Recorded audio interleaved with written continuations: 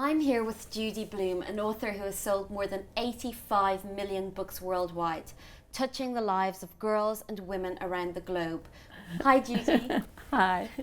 So, this book, In the Unlikely Event, draws on events that happened in your real life. You were a teenager in New Jersey when there were 3 major fatal plane crashes in your town. In 58 days. In 58 days. 58 days, yeah. Just like our protagonist, Miri. Mm-hmm. So how much of Judy is in Miri? Everyone wants to know that. Everyone wants me to say, yes, I'm Miri. But the truth is, I'm not. Okay. Miri is fictional. And while the events happened and life went on around these events, I wasn't personally involved in them the way Miri is. Okay, but did they resonate with you and stay with you? Well, I never forgot, but the interesting thing is I've been a writer for 40-something years, and I have a story like this to tell somewhere inside me. How come I never did? Exactly. I don't know. Okay. Every time someone asks me, I want to lay down on the sofa and say, tell me, help me find out why I never thought to write this story. It's amazing to me. Yeah, because that was one of my questions, but you've just answered it. Yeah, Okay. I have no idea. Okay. I think it either was buried so deep inside, not out of my own fear. I've never been afraid to fly. But I don't know whether it was too big, just overwhelming. And this book is crammed full of secrets, big and small secrets. And do you think as a society we are more or less secretive now? I'd say less, but I don't know.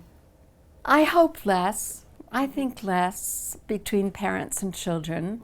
Less, although, everybody's got secrets. But yeah, this book is full of secrets. I hated secrets when I was a kid. I despised secrets.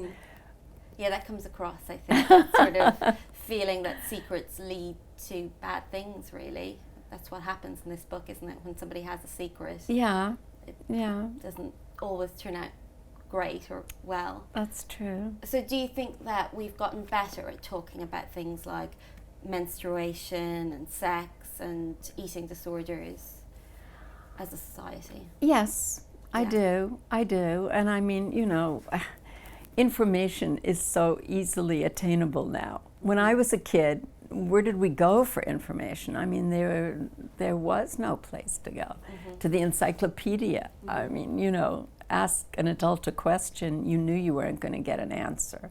So we didn't. And then came my generation of children, that is the children that my generation had, and it was a little bit better, not much, although I vowed to be open with my kids. Did you? And did you find that easy, or was it challenging, or? No, the part about their questions when they were little and up to teenagers, that part was easy. Life secrets, I kept my share of life secrets from them. Okay. Well, do you think that you have to do that as a mother, keep those life secrets sometimes? Well, yes, I think I had to do it. Yeah, I mean, we're grown-ups. There are things that we're just not going to tell our kids, Of course. nor do we need to. And do you think that it's harder to be a teenager today with social media and the internet and all of that than it was in the 50s when this book was set, or in the 70s when you wrote Are You There, God? It's Me, Margaret? Yeah, the 70s was a great decade. I still look back to the 70s and say, wow, that was such a great decade. It was a great time for people writing children's books, for the children reading them. It was a more open time. There wasn't the fear. Then came in the 80s and the 90s, all this fear about what are our children reading. Oh, we better be scared about what they're reading. I mean, my parents were never afraid of what I was reading. My mother was afraid of everything, but never of what I was reading. That's really interesting. Reading was a good thing. Today, being a kid, everybody asks me that. I don't know. I don't know the answer. I think all the social media can be tough. And everybody's texting, you know, they're sitting right next to their friends and they're texting. We spend hours and hours and hours on the phone with our friends every night. Maybe that's the same thing. Yeah. And you mentioned there that your mother didn't mind what you were reading. So what were you reading? You didn't have Judy Blume books as a teenager. Oh, well, I was reading by the time I was 12, I was reading adult books. Okay. And she was never afraid. Cool. Movies. Yeah. We went to the movies every week. We went to the theater.